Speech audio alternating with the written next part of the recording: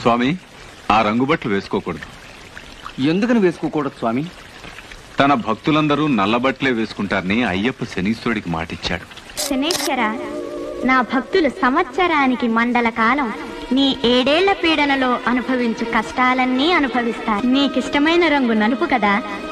నల్లని వస్త్రాలు ధరించి, పాదరక్షలు విడిచి, నఖకేశ సంస్కారాలు మాని, మాలధారణతో దీక్షాబద్ధులై స్వీయ ఉనికిని కోల్పోయి స్వాములుగా పిలువబడతారు.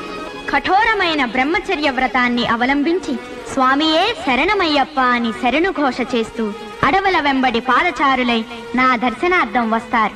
అటువంటి నా భక్తులను నీవెప్పుడూ పట్టి పీడించరాదు. శుభయోగములనే కలిగించాలి. ఇది నా ఆజ్ఞ.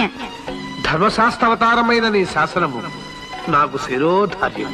ఆ విధంగా మణికంఠుడు శని నొప్పించాడు. తన భక్తులకు శనిపీడ లేకుండా చేశాడు. అందుకే అయ్యప్ప దీక్షలో ఇన్ని కఠిన నియమాలు పాటించాలి. నల్లబట్ల ఆంతర్యం తెలుసుకున్నారు కదా, తెలియని వాళ్ళకి అది తెలియజెప్పండి. స్వామి